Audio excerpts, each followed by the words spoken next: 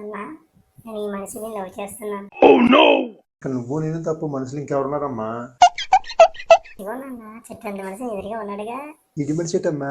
బర్రెపోతూ గొర్రెపోతూ రైలు పట్టాల మీద వేసుకుంటే పుట్టాలా వద్దా అని పుట్టుకుని పుట్టేసిన గౌడి గేదెలా ఉంటాను.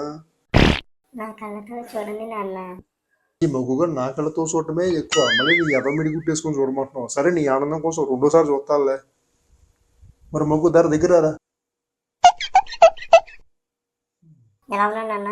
ఎన్నిమల్ మూవీలో రణబీర్ కపూర్ ఉన్నాడు కదా. యానిమల్లో రణబీర్ కపూర్లే కాదు, ఈ రణబీర్ కపూర్ ఇంట్లో యానిమల్లా ఉన్నాడు వాడు. ఈ కుక్క మనకు అవసరమా? ఆల్రెడీ మన ఇంట్లో కుక్క ఉంది కదా. నేను నా నిర్మాని పెళ్లి చేసుకుందామని ఫిక్స్ అయ్యాను. మార్చురీలో శవాలను ఎత్తుకెళ్ళిపోయి ఆర్గన్స్ అమ్ముకునే వాళ్ళ ఉన్నాడు.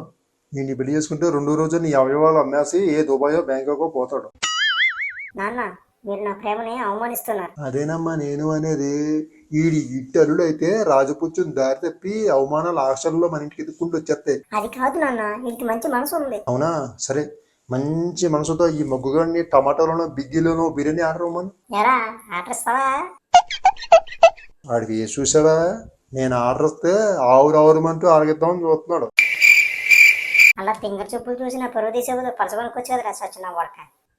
డబ్బులు లేనివాడికి పర్సుతో పని ఏముందని అనుకుని ఉంటాడు. కనీసం డిజిటల్ వ్యాలెట్ కూడా లేదేట్రా? ఫోన్ పే, గూగుల్ పే లాంటివి.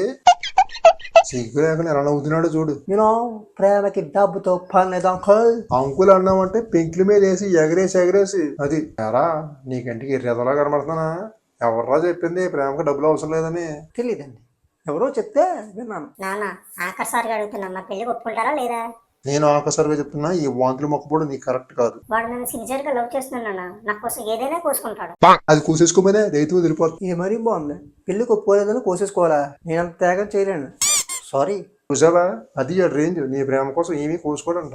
ఏంటి నువ్వు మన ప్రేమ కోసం ఏమీ కోసుకోవా? ఏం కోసుకోవాలా? మీ నాన్న టాపిక్ డైవర్ట్ చేస్తున్నాడు. డైవర్షన్ లేదు, బొక్క లేదు. నువ్వు కోసుకుంటావా లేదా? నీకు దానమే బాబు, నన్ను వదిలే. అది ప్రాణానికి వచ్చేసరికి పారిపోయాడు. ఆడు కరెక్ట్ కాదని నీకు ముందే చెప్పాను. సరేనన్నా, ఇక నీ అబ్బాయిని లవ్ చేయను, బుద్ధిగా చదువుకుంటాను. మాట మీద నిలబడు.